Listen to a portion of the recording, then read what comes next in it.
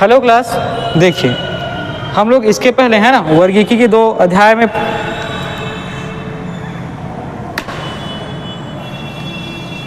चलिए ठीक है। देखिए हम लोग इसके पहले है ना वर्गीकी का आज हम लोग पढ़ेंगे भाग 3। इसका मतलब यह है कि इसके पहले है ना भाग 2 तक हम लोग पहले पढ़ चुके हैं। आपका जो अंतिम प्रश्न था, लास्ट क्वेश्चन था, मटर कैसा पौधा है ना, इसको हम लोगों ने लास्ट टाइम देखा हुआ था। अब चलिए इसी के हम लोग आगे बढ़ते हैं और आने वाले अगले प्रश्नों को देखते हैं। ठीक है, तो चलिए यहाँ पर जो आपका प्रश्न है कि लौंग क्या है ये आपको बताने हैं। ठीक है, यहाँ पर आपका जो अगला प्रश्न है ये है कि लौंग क्या है आपको बताने हैं। ए तना की गांठें, बी जड़ की गांठें, सी बंद कलियाँ और डी बीज।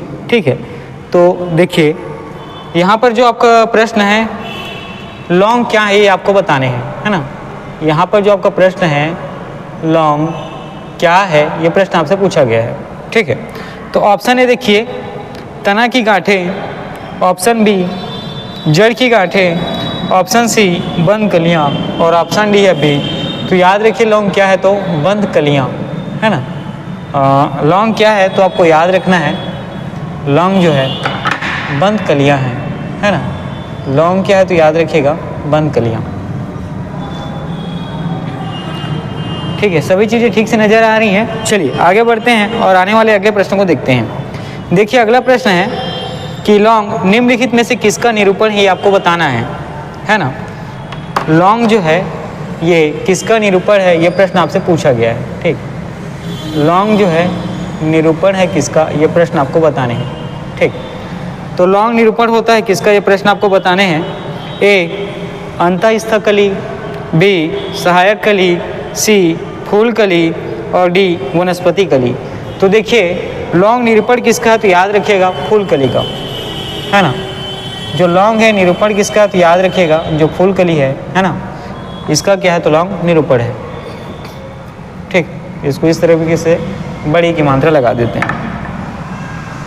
चलिए आगे बढ़ते हैं और आपके जो आने वाले महत्वपूर्ण प्रश्न है ना, आगे बढ़ते हैं और इसके बाद जो आने वाले महत्वपूर्ण प्रश्न हैं उसको हम लोग देखते हैं। ठीक, तो इसमें जो आपका अगला प्रश्न है कि मसालों में कौन सी एक पुष्प कलिका होती है आपको बताना है। ठीक है, मसालों में, ठीक है, मसालों में कौन सी पुष्प कलिका होती है ये प्रश्न आपसे पूछा गया है। चलिए ऑप्शन की तरफ गौर करते हैं। ऑप्शन ए है जीरा, ऑप्शन बी लौंग, ऑप्शन सी काली जीरा और ऑप्शन डी हल्दी। तो याद रखिएगा जो लौंग है आपका सही उत्तर हो जाएगा, है ना। तो मसालों में कौन सा पुष्प कलिका होता है तो याद रखिएगा लौंग। ठीक है, कौन सा तो याद रखिएगा लौंग। ठीक, चलिए इसी में आगे बढ़ते हैं और आपके आने वाले प्रश्नों को देखेंगे। तो अगला प्रश्न है, ठीक है, अगला प्रश्न है कि लौंग है क्या है आपको बताने हैं। ठीक है, ए तना की गांठें, बी जड़ की गांठें, सी पत्तियां और डी सूखे फल। तो लौंग के बारे में आपको याद रखना है सूखे फल है ना। लौंग के बारे में देखिए याद रखना है क्या है तो सूखे फल है। ठीक, तो लौंग क्या है तो बंद कलियां। ठीक है, साथ में याद रखिएगा सूखे फल, है ना। लौंग जो है सूखे फल के नाम से भी जाना जाता है। ठीक, चलिए आगे बढ़ें। आगे देखिएगा कि लौंग पौधे के निम्नलिखित में से किस भाग से प्राप्त होते हैं प्रश्न आपसे पूछा गया है। ठीक, लौंग का जो पौधा लौंग जो है पौधे के किस भाग से प्राप्त होता है ये प्रश्न आपसे पूछा गया है। तो देखिएगा यहाँ पे हम लोग आपके ऑप्शन की तरफ गौर करते हैं। तो देखिएगा आपका ऑप्शन ए है शुष्क पत्तियाँ, ऑप्शन बी है आपका शुष्क तने, ऑप्शन सी है आपका शुष्क बीज और ऑप्शन डी है आपका शुष्क पुष्पकली। ठीक, ऑप्शन डी आपका कौन सा है तो शुष्क पुष्पकली। तो याद रखिएगा, है ना, जो पुष्पकलिका मैंने आपको बताया था यही क्या है तो लौंग है ना। पौधे का कौन सा भाग है जहाँ से लौंग आपको प्राप्त होता है तो ठीक है शुष्क पुष्पकलिका। ठीक है, कैसा तो शुष्क पुष्पकलिका। चलिए देखिए अगला प्रश्न है कि पादप कली है क्या ये आपको बताने हैं। ठीक, अगला प्रश्न है कि पादप कली क्या है ये आपको बताने हैं, है ना। चलिए ऑप्शन की तरफ गौर करते हैं। और देखते हैं ए भ्रूणी टहनी, ठीक है। आपका ए जो है ये भ्रूणी टहनी है, बी भ्रूणी पत्ती, ठीक। ए आपका है भ्रूणी टहनी, बी भ्रूणी पत्ती, सी भ्रूणपोष, सी एक भ्रूणपोष और डी एक बीज, है ना, डी एक बीज। तो पादप कली क्या है तो याद रखिएगा ए भ्रूणी टहनी, ठीक। पादप कली क्या है तो याद रखिएगा ए भ्रूणी टहनी, है ना। पादप कली क्या है तो आपको याद रखना है ए भ्रूणी टहनी, ठीक। चलिए आगे बढ़ते हैं और आने वाले जो महत्वपूर्ण प्रश्न हैं उनको देखते हैं। तो देखिए अब यहाँ पर आपको सही सुलेमित से प्रश्न पूछा गया है, ठीक है। अब यहाँ से आपको सही सुलेमित से प्रश्न पूछा गया है, जिसमें देखिए मैं कुछ नाम लिखता हूँ, उसके बाद उसका सही मिलान हम लोग करेंगे। तो जिसमें एक नाम है याद रखिएगा अदरक, ठीक। एक नाम कौन सा है तो याद रखिएगा अदरक। दूसरा कौन सा है तो याद रखिएगा अफीम, ठीक है। दूसरा कौन सा है तो याद रखना है अफीम। और तीसरा होता है आपका सन, ठीक। तीसरा आपका सन है। तो देखिए ये 3 नाम हैं और इनका हमें, है ना, वर्गीकी के हिसाब से क्या करना है, मिलान करना है। तो चलिए देखते हैं इन 3 नामों को, ठीक। तो अदरक के बारे में याद रखिएगा राइजोम, है ना। अदरक के बारे में क्या याद रखिएगा तो राइजोम, ठीक है। अदरक के बारे में क्या याद रखना है आपको, राइजोम। उसी प्रकार अगला है अफीम। अफीम के बारे में याद रखना है अफीम की डुड्डी होती है ना। अफीम की क्या होती है तो डुड्डी, ठीक। उसके बाद है सन। सन के बारे में आपको याद रखना है क्या है तो तना, ठीक। सन के बारे में क्या याद रखना है तो आपको तना, ठीक है। चलिए इतनी चीज़ें हुई, इसके बाद हम लोग आगे बढ़ते हैं और आने वाले प्रश्नों को देखते हैं कि केसर होता है ना, क्या होता है केसर, ये आपको बताने हैं और साथ ही ऑप्शन के हिसाब से देखते हैं, ठीक। केसर जो है देखिए मिश्रण होता है, ऐसा प्रश्न आपसे पूछा गया है, ठीक। केसर जो है मिश्रण होता है, ऐसा प्रश्न आपसे पूछा गया है। तो ऑप्शन ए पत्ती और तना का, ठीक है। ऑप्शन बी पंखुड़ियों और जड़ों का, ठीक। ऑप्शन सी फूल के बीज बनाने वाले भागों का और ऑप्शन डी है आपका बीज और कलियों का।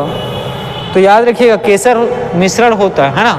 केसर क्या है, मिश्रण है, कैसा तो सूखा मिश्रण है ना। केसर क्या है तो याद रखिएगा सूखा मिश्रण होता है। और यहाँ पर आपका उत्तर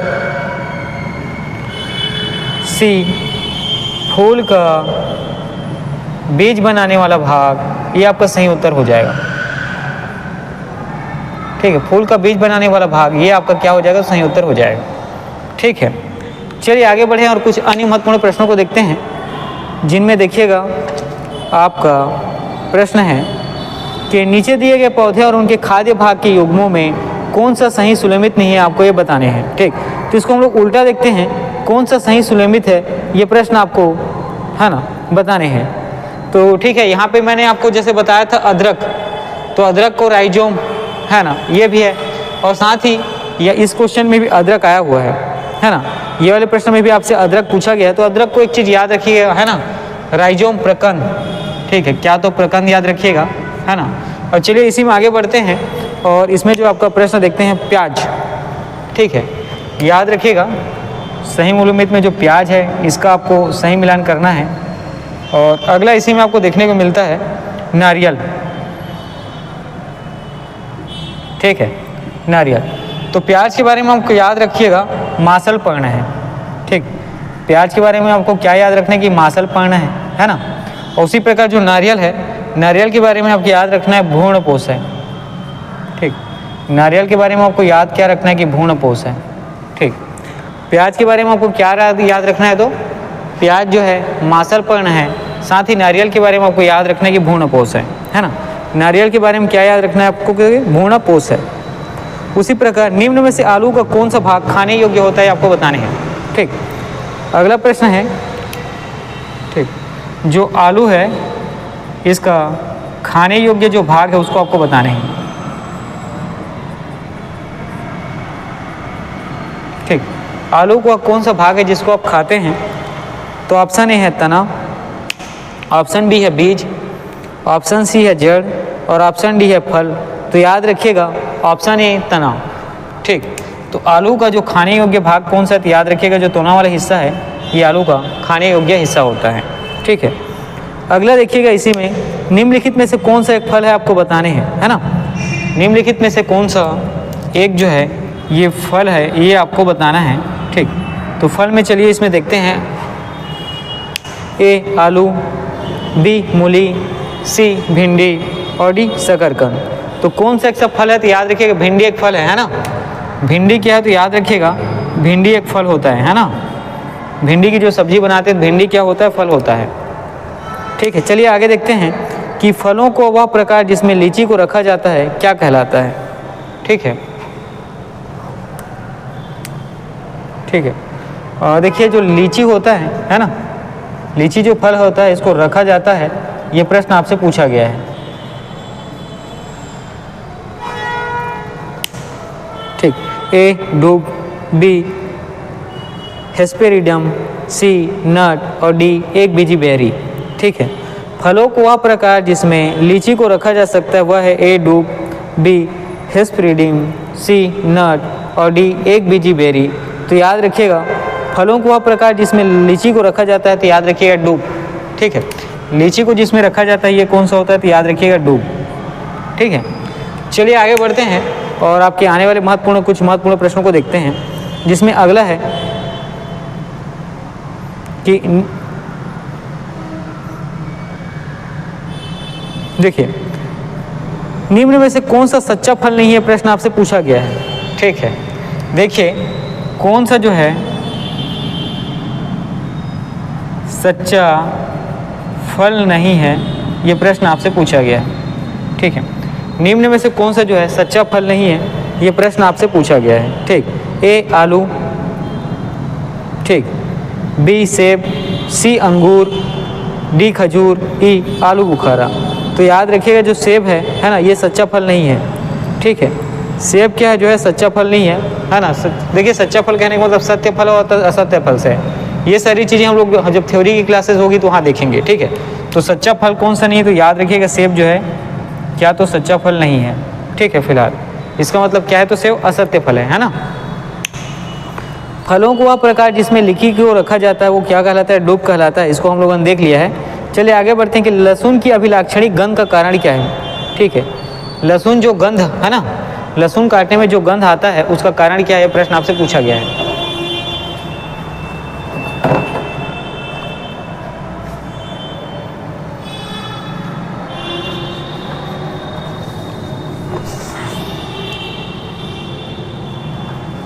ठीक, लहसुन में जो गंध है इसका कारण आपसे पूछा गया है, ठीक। चलिए ऑप्शन की तरफ गौर करते हैं, है ना। चलिए ऑप्शन की तरफ गौर करते हैं। ऑप्शन में देखिएगा आपका ए क्लोरे यौगिक है ना, इसमें क्लोरे यौगिक मौजूद होता है जिसके कारण ये गंध देता है, ऐसा आपका ऑप्शन में कहा गया है। ऑप्शन बी सल्फर यौगिक, ऑप्शन सी फ्लोरीन यौगिक और ऑप्शन डी एसिटिक अम्ल। तो याद रखिएगा लहसुन का जो गंध है इसका कारण क्या है, तो सल्फर यौगिक है ना। लहसुन में जो गंध होता है इसका कारण क्या है, तो याद रखिएगा सल्फर यौगिक, ठीक है। चलिए आगे बढ़ते हैं, अगला प्रश्न देखते हैं। प्याज के छिलके उतारने पर आंसू आते हैं क्योंकि प्याज निष्कासित करता है क्या, तो याद रखिएगा, है ना। प्याज का क्या होता है, जब आप छिलके निकालते हैं सब्जी बनाने के दौरान तो इससे आंखों में क्या होता है, आंसू आता है। इसका कारण क्या है, तो यही जो सल्फर यौगिक है ना, इसी को हम लोग क्या बोलते हैं, सल्फेनिक अम्ल, ठीक। क्या तो सल्फेनिक अम्ल यही जो है ना। देखिएगा है ना, प्याज में जब आप छिलके उतारते हैं तो आंसू निकलता है, इसका कारण क्या है, तो याद रखिए सल्फेनिक अम्ल, ठीक। लहसुन का जो गंध होता है उस किसके कारण याद होता है, तो याद रखिएगा सल्फर यौगिक, है ना। इंपॉर्टेंट प्रश्न है। उसी प्रकार प्याज जब का छिलका आप निकालते हैं तो आंसू निकलता है, इसका कारण क्या है, तो सल्फेनिक अम्ल, ठीक। आगे देखिए मिर्च की तीक्ष्णता का कारण क्या है, आपको बताने हैं, ठीक। जो मिर्च है इसकी, ठीक है, जो मिर्च है इसकी तीक्ष्णता का कारण क्या है ये आपको बताने हैं। ऑप्शन ए लाइकोपिन की उपस्थिति, ऑप्शन बी कैप्सेसिन की उपस्थिति, ऑप्शन सी कैरोटीन की उपस्थिति और ऑप्शन डी है एंथियोसाइनिन की उपस्थिति। तो मिर्च का जो तीखापन होता है इसका कारण क्या होता है, देखिए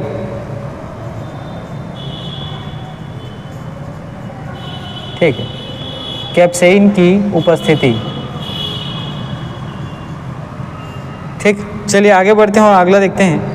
लाल मिर्च तीखी होती है क्योंकि उसमें उपस्थित होता है, क्या आपको बताने हैं? ए रिसिन, बी कैप्सिसिन, सी एरिकोलिन और डी कैफियार। तो देखिए मिर्च का तो तीक्ष्णता है, तीखापन, इसका कारण क्या होता है? तो क्या देखिए कैप्सिसिन। ठीक है, याद रखिए। फलों का मीठे स्वाद का कारण क्या है आपको बताने हैं। ठीक, फलों का जो मीठा स्वाद होता है इसका कारण क्या है ये आपको बताने हैं। ठीक है, तो देखिए फलों का जो मीठा स्वाद होता है इसका कारण ए माल्टोज, बी राइबोज, सी लैक्टोज और डी फ्रक्टोज। डी क्या है तो याद रखिएगा फ्रक्टोज, है ना।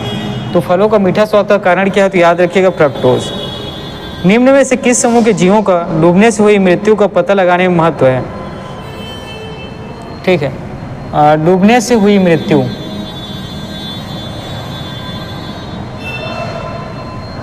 ठीक, डूबने से हुई मृत्यु का पता लगाने के लिए प्रयोग किया जाता है किसका? तो देखिए, है ना, ए लाइकन, बी प्रोटोजोआ, सी साइनोबैक्टीरिया और डी डायटम। तो यहाँ पर आपको उत्तर डी डायटम, ये क्या हो जाएगा? सही उत्तर हो जाएगा। ठीक है, तो डूबने से हुई मृत्यु का पता लगाने के लिए किसका इस्तेमाल किया जाता है? तो डायटम का। शहतूत फल है, ये प्रश्न आपसे पूछा गया है ना। शहतूत जो है फल है, ये प्रश्न आपसे पूछा गया है। चलिए ऑप्शन की तरफ देखते हैं। सोरोसिस फल है, साइकोनस फल है, समांग फल है या नट फल है? तो याद रखिएगा शहतूत जो है सोरोसिस फल है। कैसा फल है? तो सोरोसिस।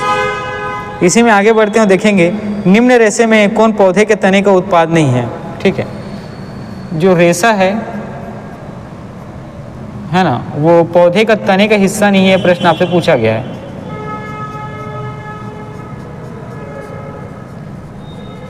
ठीक है, वह कौन सा रेशा है जो पौधे के तने का भाग नहीं है, ये आपको बताने हैं। ए सन, बी पटसन, सी जूट और डी कपास। तो देखिए वह कौन सा रेशा है जो पौधे का तने का भाग नहीं है? तो याद रखिएगा वो कपास। इसका सही उत्तर कौन सा हो जाएगा? कपास। ठीक है, लेकिन वह कौन सा रेशा है जिसके तने के भाग है पूछा जाएगा तो याद रखिएगा सन तने का भाग होता है, पटसन जो है तने का भाग होता है और जूट जो है ना, तने का भाग होता है। चलिए आगे बढ़ते हैं और इसी में कुछ अन्य महत्वपूर्ण प्रश्नों को देखते हैं।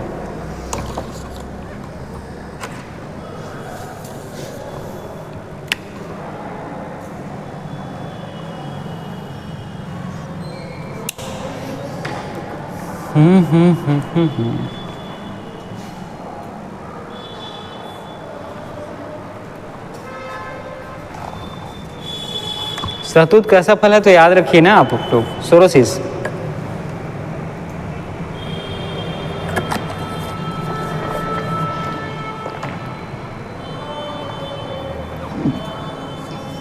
चलिए आगे बढ़ते हैं और देखते हैं निम्नलिखित में से कौन सा अनाज मानव निर्मित है? यह प्रश्न आपसे पूछा गया है। निम्नलिखित में से कौन सा जो अनाज है ये जो है मानव निर्मित है, ये प्रश्न आपसे पूछा गया है। ठीक है, ऑप्शन की तरफ देखते हैं। ए सेकेल सीरियल, ठीक, बी पोमेटो, सी ट्रिटिकेल और डी उपरोक्त में से कोई नहीं। तो याद रखिएगा आपको उत्तर यहाँ पे ट्रिटिकेल हो जाएगा, है ना। आपको उत्तर यहाँ पे क्या होगा तो याद रखिएगा ट्रिटिकेल। अगला है निम्नलिखित में से कौन सा मानव निर्मित धान्य है जो प्रकृति में नहीं पाया जाता? ठीक है, मानव निर्मित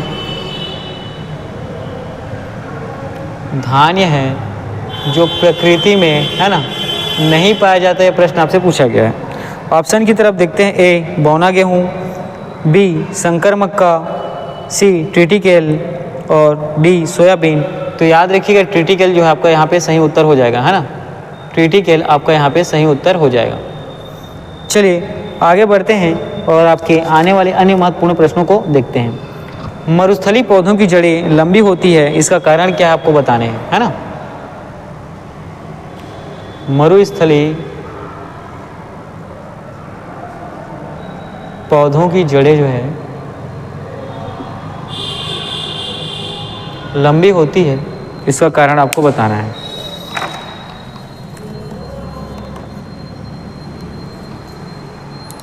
देखिए ऑप्शन ए भूमि का उच्च तापमान जड़ों को लंबा करने हेतु प्रोत्साहित करता है। ऑप्शन बी जड़ें पानी की तलाश में लंबी हो जाती हैं। ऑप्शन सी, भूमि में पानी नहीं होता है अतः यह सख्त होकर जड़ों पर दबाव डालती है जिससे वह लंबी हो जाती है। ऑप्शन डी है, जड़ें सूर्य की गर्मी के विपरीत दिशा में बहती है। तो याद रखिएगा, जड़ें जो है, याद रखिएगा यहाँ पे, ठीक है, जड़ें जो है पानी की तलाश में लंबी हो जाती है ना, पानी की तलाश में लंबी हो जाती है। ठीक, आगे बढ़ते हैं और आपका अगला प्रश्न देखते हैं कि जो मरुस्थल में क्रेटोफाइटस मिलते हैं, यानी ऐसे पादप जिनमें, ठीक है, तो देखिए मरुस्थल में याद रखिएगा,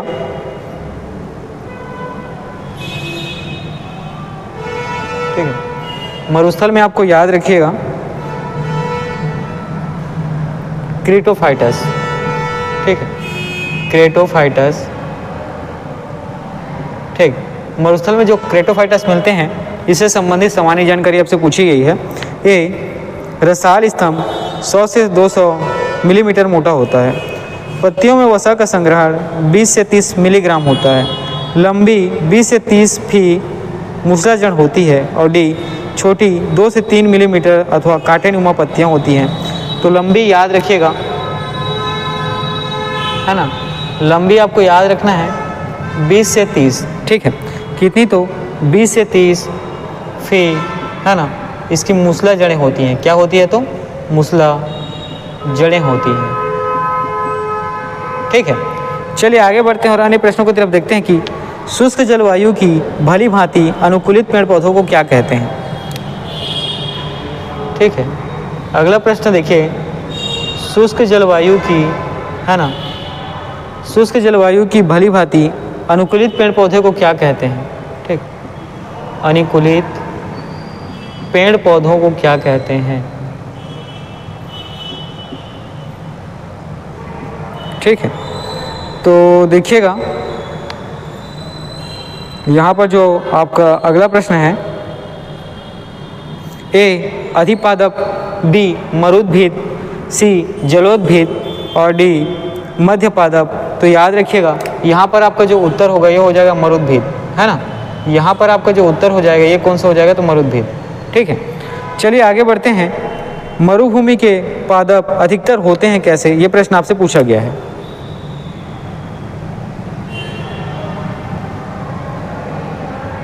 ठीक, मरुभूमि के पादप कैसे होते हैं, ये प्रश्न आपसे पूछा गया है। ए, विविपेरस, बी, मासल, सी, साखी और डी, विषमपर्णी। तो याद रखेंगे ये जो है मांसल होते हैं, है ना, मरुभूमि के पादप कैसे होते हैं, तो याद रखिएगा मांसल आपको देखने को मिलते हैं। अगला है, एपीफाइटस वे पौधे हैं जो अन्य पौधों पर निर्भर करते हैं, किस लिए, प्रश्न आपसे पूछा गया है।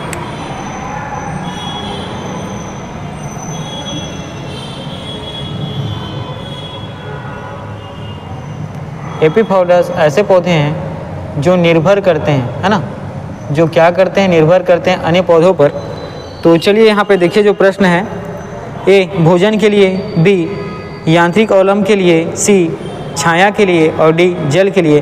तो याद रखिएगा बी, यांत्रिक अवलंब के लिए, है ना, आपका बी जो है उत्तर सही हो जाएगा, यांत्रिक अवलंब के लिए।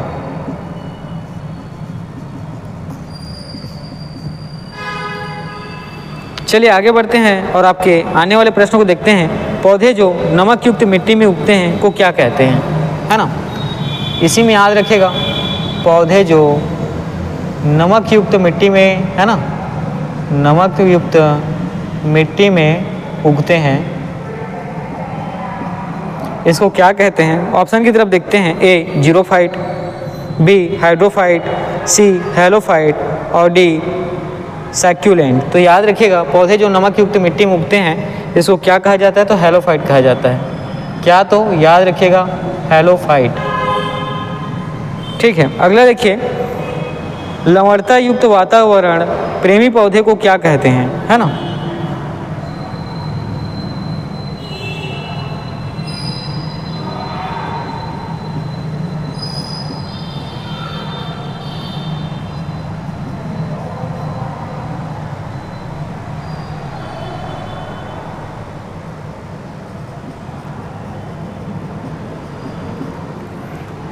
चलिए उत्तर देखते हैं। ए मरुदोद्भिद, बी समोद्भिद, सी ग्लाइकोफाइट और डी लवण मृदोद्भिद। तो यहाँ पर आपका जो उत्तर हो जाएगा ये हो जाएगा लवण मृदोद्भिद, है ना। ये आपका क्या हो जाएगा, तो सही उत्तर हो जाएगा। चलिए आगे बढ़ते हैं। और हाइड्रोफाइट किसे कहते हैं, प्रश्न आपसे पूछा गया है। आगे बढ़ते हैं और आगे देखते हैं आपका हाइड्रोफाइट। ठीक है, हाइड्रोफाइट क्या है, ये प्रश्न आपसे पूछा गया है। एक सामुदायिक जानवर को, बी एक जलीय पौधे को, सी है ना एक पौधी रोग को, और डी एक जड़ हरित पौधे को। तो याद रखिएगा हाइड्रोफाइट क्या है, एक जलीय पौधा है ना। हाइड्रोफाइट क्या है, तो एक जलीय पौधा है, याद रखना है ना। क्या होता है, तो एक जलीय पौधा होता है। चट्टान पर उगने वाले पादप क्या कहलाते हैं, आपको बताने हैं। ठीक, चट्टान पर, ठीक है, देखिएगा अगला प्रश्न है आपका कि चट्टान पर उगने वाले जो पौधे हैं उसको क्या कहा जाता है।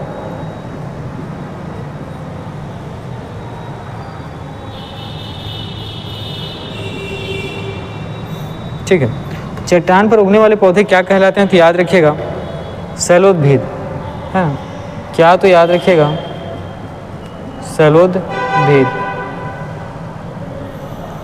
अगला देखिए, निम्नलिखित में से कौन सा सुनियमित नहीं है, प्रश्न आपसे पूछा गया है। ठीक है, तो सबसे पहले देखिए अमरबेल।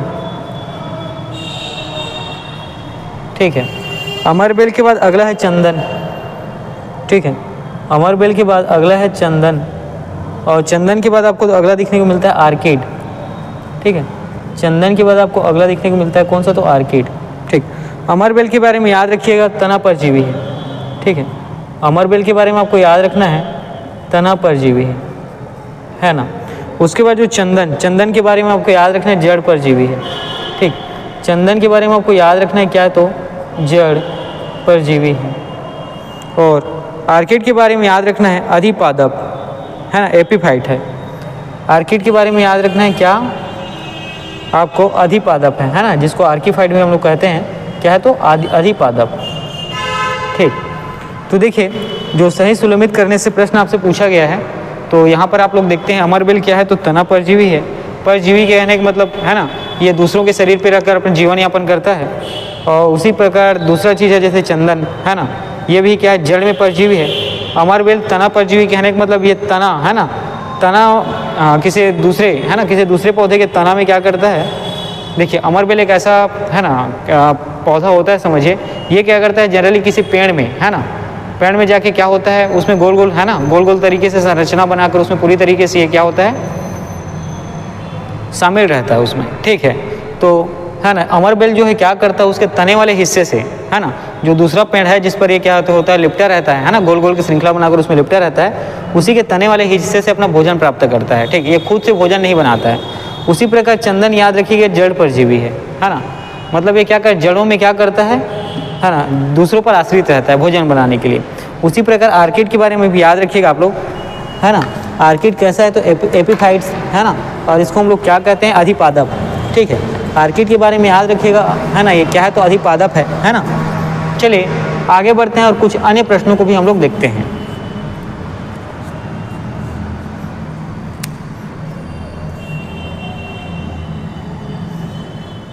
जैविक और अजैविक घटकों के बीच मध्यस्थ के रूप में कार्य कौन करता है, प्रश्न आपसे पूछा गया है। ठीक, जैविक व अजैविक घटकों के बीच, ठीक, जैविक व अजैव घटकों के बीच मध्यस्थ का काम कौन करता है, प्रश्न आपसे पूछा गया है। ठीक, ऑप्शन ए परजीवी, ऑप्शन बी अपघटक, ऑप्शन सी उत्पादक, ऑप्शन डी उपभोक्ता। तो याद रखिएगा यहाँ आपका जो उत्तर होगा ये होगा उत्पादक। क्या हो जाएगा, तो उत्पादक। साथ ही अगला देखिए, निम्न में से किसका सही सुमेल नहीं है, प्रश्न आपसे पूछा गया है। तो हम लोग देखते हैं किसका सही सुमेल है। ठीक है, तो सबसे पहले जी देखिएगा स्वजीवी, है ना, सबसे पहले देखिए स्वजीवी, इसी में अगला है परोपजीवी। ठीक है, इसी में अगला कौन सा है, तो याद रखिएगा परोपजीवी। इसके बाद अगला कौन सा है, तो मृतोपजीवी, है ना, इसके बाद अगला कौन सा है, तो मृतोपजीवी। ठीक, चलिए अब इसी को देखते हैं। स्वजीवी क्या है तो याद रखिए उत्पादक, है ना। स्वजीवी के बारे में आपको सही सलामत करके उत्पादक आपका सही आंसर होगा। परोपजीवी के बारे में आपको याद रखना है उपभोक्ता, ठीक है। परोपजीवी के बारे में आपको क्या याद रखना है, उपभोक्ता। और उसी प्रकार जो मृतोपजीवी है इसके बारे में आपको याद रखना है विबंधक, ठीक है। मृतोपजीवी के बारे में आपको क्या याद रखना है, तो विबंधक। उसी प्रकार है देखिए 146वां में, प्रथम पोषक स्तर के अंतर्गत आता है, प्रश्न आपसे पूछा गया है, ठीक। प्रथम पोषक स्तर के अंतर्गत ये आता है ना, ये प्रश्न आपसे पूछा गया है। ऑप्शन देखिए, ए शाकाहारी जंतु, बी मांसाहारी जंतु, सी सर्वभक्षी जंतु और डी हरित पादप, ठीक है। हरित पादप, तो प्रथम पोषक स्तर के अंतर्गत आता कौन सा, तो याद रखिएगा हरित पादप, है ना। अगला देखिए, रसेदार सब्जी में प्रयोग होने वाला मशरूम होता है कौन सा, ये आपको बताने हैं, ठीक है। सब्जी में प्रयोग होने वाला मशरूम,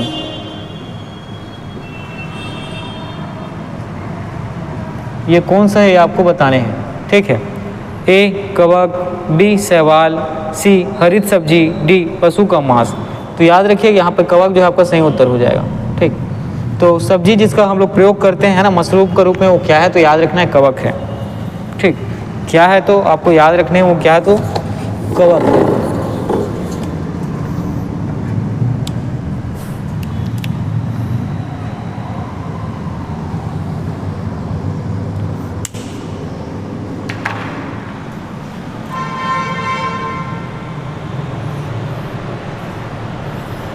चलिए और कुछ अन्य महत्वपूर्ण प्रश्नों को भी हम लोग देखते हैं, ठीक है। निम्नलिखित में से कौन एक कवकों और उच्चतर पादपों की जड़ों के बीच, है ना, उपयोगी प्रकारक साहचर्य है, ठीक। कवकों और, ठीक, कवकों और उच्चतर पादपों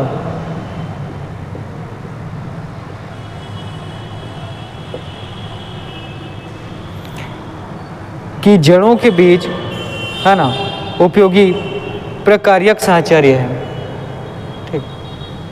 प्रकार्यक साहचर्य प्रश्न आपसे पूछा गया है। तो देखिएगा,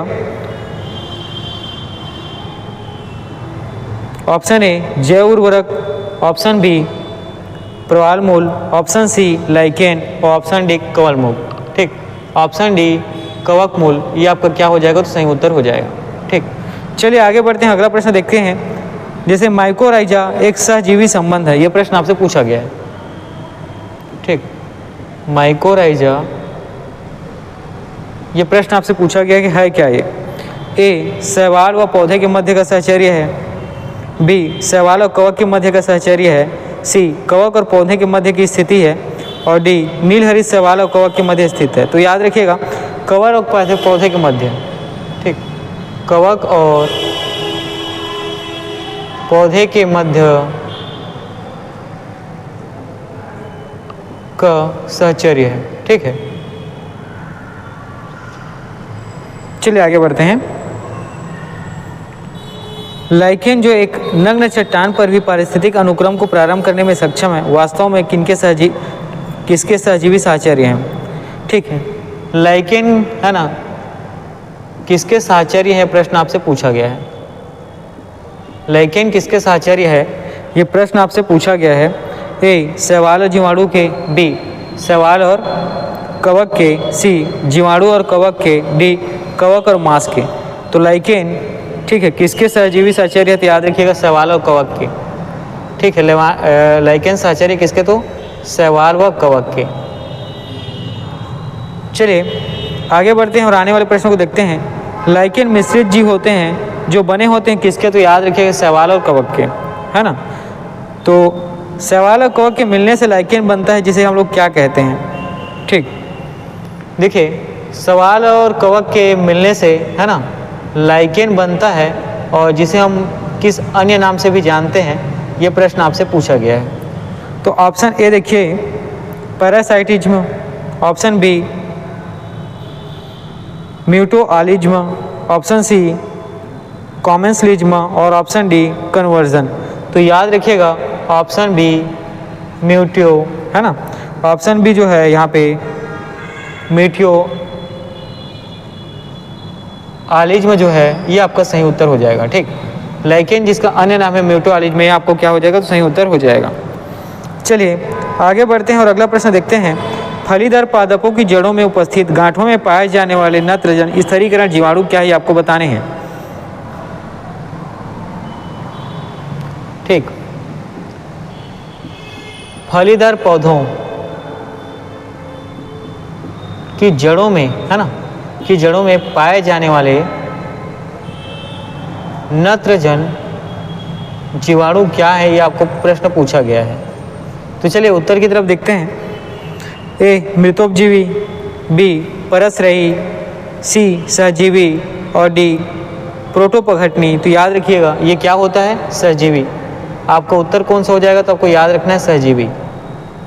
ठीक है, अगला देखिए। अगला जो प्रश्न है कि कपास एक प्रमुख घटक है किसका, ये आपको बताने हैं। अगला प्रश्न है कि कपास जो है एक प्रमुख घटक होता है किसका, ये आपको उत्तर बताने हैं। ए प्रोटीन, बी वसी अम्ल, सी सेल्यूलोज और डी ग्लिसरीन। तो कपास एक प्रमुख घटक किसका, तो याद रखिएगा सेल्यूलोज का।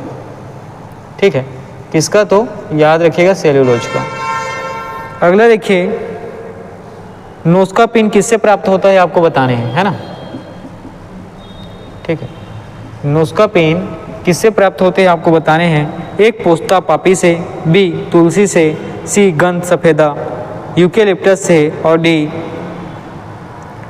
इफेड्रा से, डी इफेड्रा से। तो यहाँ पे जो है नोस्कापिन किससे प्राप्त होता है, तो याद रखिएगा पोस्ता पापी से। किससे, तो पोस्ता पापी से, है ना। नोस्कापिन किससे प्राप्त होता है, तो याद रखिएगा पोस्ता पापी से। चलिए आगे बढ़ते हैं और अगला देखिएगा। हीरोइन प्राप्त होती है किससे, आपको बताना है ना। हीरोइन किससे प्राप्त होती है, प्रश्न आपसे पूछा गया है। तो देखिएगा ये प्राप्त होता है ए भांग से, बी अफीम पोस्ता से, सी तंबाकू से और डी सुपारी से। तो याद रखिएगा हीरोइन प्राप्त होता है अफीम पोस्ता से। ठीक, किससे, तो अफीम पोस्ता से। चलिए आगे बढ़ते हैं, अगला देखते हैं। मार्फिन किससे प्राप्त होता है, ये प्रश्न आपसे पूछा गया है। ठीक, मार्फिन किससे प्राप्त होता है, प्रश्न पूछा गया आपसे। ए फूल से, बी पत्ती से, सी फल से और डी तना से। तो याद रखिएगा मार्फिन किससे प्राप्त होता है, तो फल से, है ना। चलिए आगे बढ़ते हैं, देखेंगे अफीम प्राप्त किया जाता है किससे, प्रश्न आपसे पूछा गया है। ठीक, अफीम किससे प्राप्त किया जाता है, ये प्रश्न आपसे पूछा गया है। ठीक है, ए सूखी पत्तियों से, बी जड़ों से, सी बिना पके फल के लैटेक्स से और डी पके फल के लैटेक्स से। तो याद रखिएगा अफीम प्राप्त किया जाता है बिना पके फल के लैटेक्स से, है ना। बिना पके फल के लैटेक्स से अफीम प्राप्त होता है। ठीक है, चलिए आगे बढ़ते हैं और आने वाले प्रश्नों को देखते हैं। अफीम पोस्ता पौधे के किस भाग में प्राप्त होता है, ये आपसे पूछा गया प्रश्न। अफीम जो है पोस्ता पौधे के किस भाग से प्राप्त होते हैं, प्रश्न आपसे पूछा गया है। ए फूल, बी पत्ते, सी अधपके फल और डी मूल। तो याद रखिएगा ये अधपके फल से प्राप्त होता है। किससे, तो अधपके मतलब आधे पके फल से, है ना। चलिए आगे, अफीम का मुख्य अवयव क्या है, आपको बताने हैं। ठीक है, ये जो अफीम है इसका मुख्य अवयव क्या है, ये प्रश्न आपसे पूछा गया है। तो ए मार्फिन, बी हीरोइन, सी एट्रोपिन, डी क्विनिन। तो याद रखिएगा यहाँ पर जो आपको उत्तर होगा ये हो जाएगा मार्फिन। ठीक, यहाँ पर आपका जो उत्तर होगा ये कौन हो जाएगा, तो मार्फिन। ठीक है, चलिए इसी में आगे बढ़ते हैं और आपका जो अगला प्रश्न है ये देखते हैं। ठीक है, तो देखिएगा यहाँ पर अफीम का वानस्पतिक नाम आपको बताने हैं। ठीक, जो अफीम है इसका वानस्पतिक नाम आपको बताने हैं। ए एम्बलिका ऑफिसिनेलेंसिस, बी पेपेवर सोमनीफेरम, सी रवालाफिया सर्पेंटाइना और डी सिनकोना स्पेसीज। तो याद रखिएगा पेपेवर, अफीम का वानस्पतिक जो है नाम है ये है पेपेवर। ठीक, ये क्या है तो याद रखिएगा, ठीक, अफीम का जो वनस्पतिक नाम क्या है तो याद रखिएगा ये होता है आपका पेपेवर्क।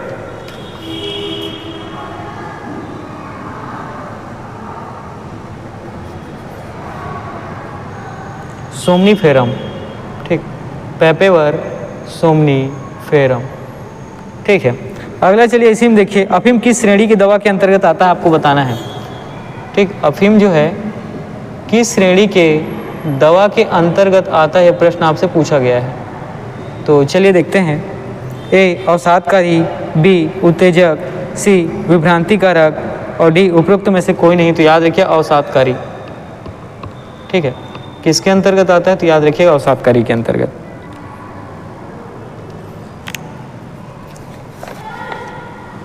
चलिए ये जितनी भी चीज़ें हैं इसके कीप फॉर्म में हम लोग और रिवीजन करते हैं, है ना, और देखते हैं इन सब चीज़ों को फिर से एक बार कि किस तरीके से, ठीक है। तो देखिएगा हमारा जो है ना वर्गीकी, ठीक, देखिएगा हमारा जो वर्गीकी का ये है आपका भाग 3, ठीक, और वर्गीकी आज क्या हो जाएगा, कंप्लीट हो जाएगा। तो वर्गीकी में आपका जो पहला प्रश्न है लौंग क्या है, तो याद रखिएगा बंद कलियाँ, है ना, लौंग क्या है तो बंद कलियाँ हैं, साथ ही जो सूखे फल हैं ये लौंग है ना। तो लौंग जिस तरीके से होता है उसका जो भौतिक रूप है वो किस रूप में होता है तो बंद कलियों के रूप में और सूखे फल के रूप में। इसके बाद आप लोग अगला जो देखते हैं कि लौंग का निरूपण कैसे होता है तो याद रखिएगा फूल कली के रूप में, है ना। और चलिए कुछ ऐसे मसालों के बारे में देखते हैं, ठीक, मसाले जिसमें पुष्प कलिका होती हैं कौन सी होती है तो याद रखिएगा लौंग, है ना। साथ ही पादप कली, है ना, वो कैसा होता है उसके बारे में पूछा गया तो एक भ्रूणी टहनी है।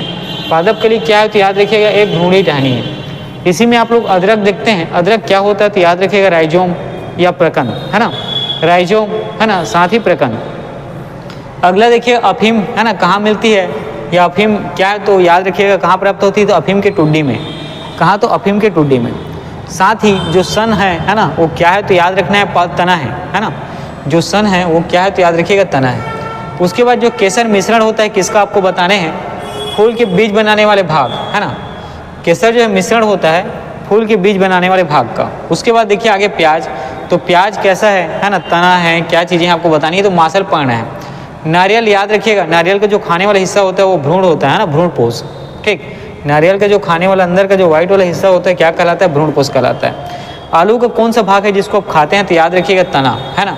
और यहाँ पे कौन सा फल है ये पूछा गया तो याद रखिएगा भिंडी जो है फल होता है। इसी में देखिए जो लीची है ना, लीची को हम लोग किस में रखते हैं याद रखिएगा तो डूब में, है ना।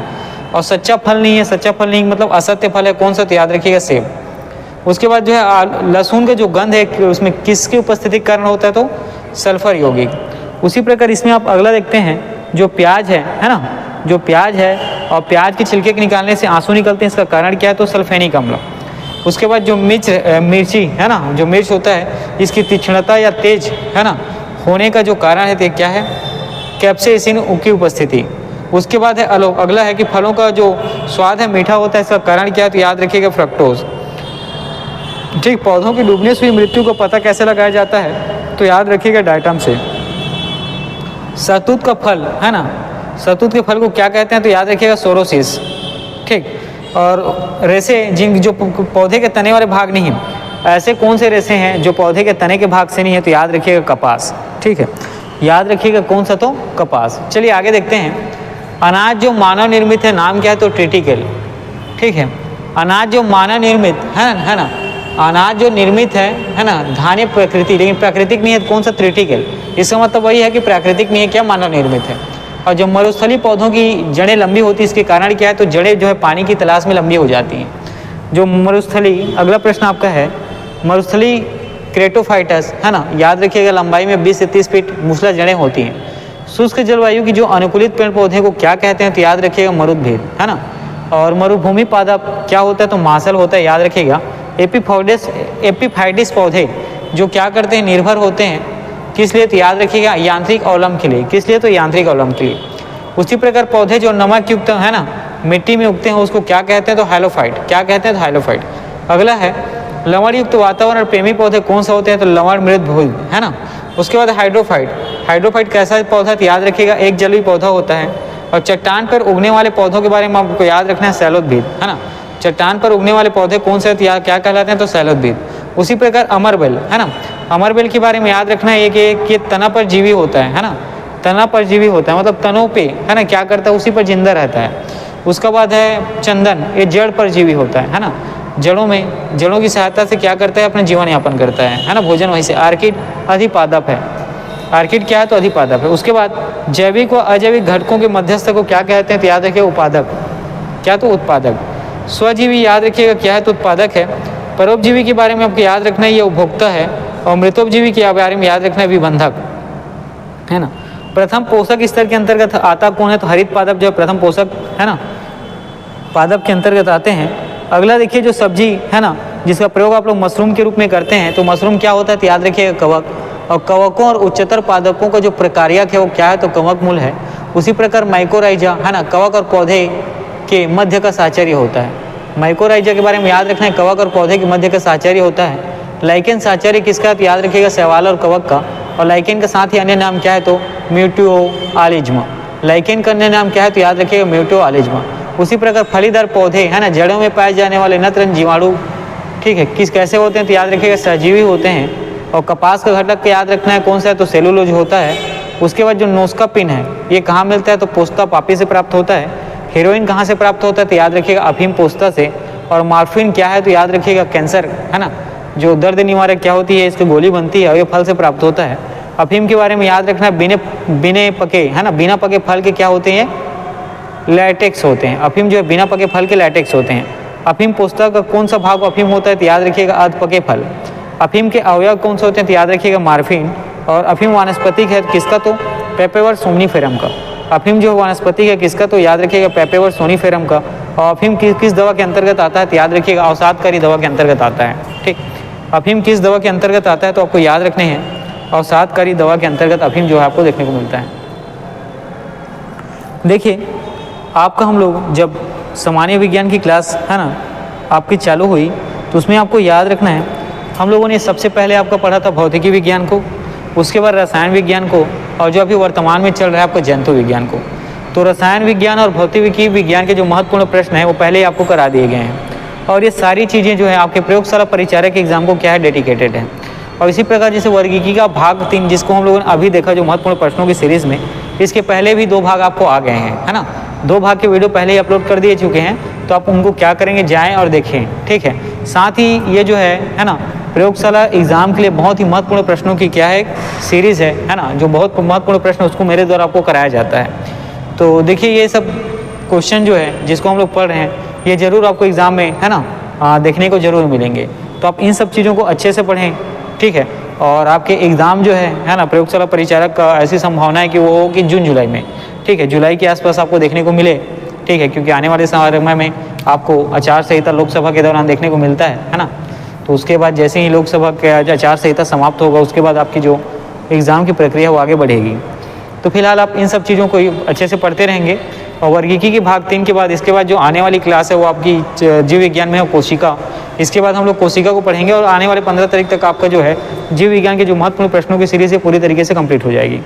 तो अभी जो आपकी सामान्य विज्ञान की 2-3 क्लासेस पर डे आ रही है, कभी कभी 3 या 4 क्लासेस, उसके बाद वो क्लासेस 1 या 2 क्लासेस आना चालू होंगी। मैक्सिमम 1 क्लास आएंगी जैसे ही जीव विज्ञान का जो महत्वपूर्ण प्रश्नों की सीरीज है वो कंप्लीट होती है, ठीक है। तो वहाँ से फिर हम लोग जो इसमें जितने भी क्वेश्चन महत्वपूर्ण क्वेश्चन है उससे भी है ना और सेलेक्ट क्वेश्चन लाएंगे। और साथ ही जैसे ही आपको एग्ज़ाम का डेट क्लियर हो जाएगा, जो इस एग्ज़ाम का जो न्यूमेरिकल क्वेश्चन है उसको मेरे द्वारा आपको कराया जाएगा। चलिए ठीक है, आज का क्लास मैं यहीं तक रहता हूँ। इन सबको आप अच्छे से पढ़ें है ना, बार बार पढ़ें और साथ ही अच्छे से रिवीजन करें।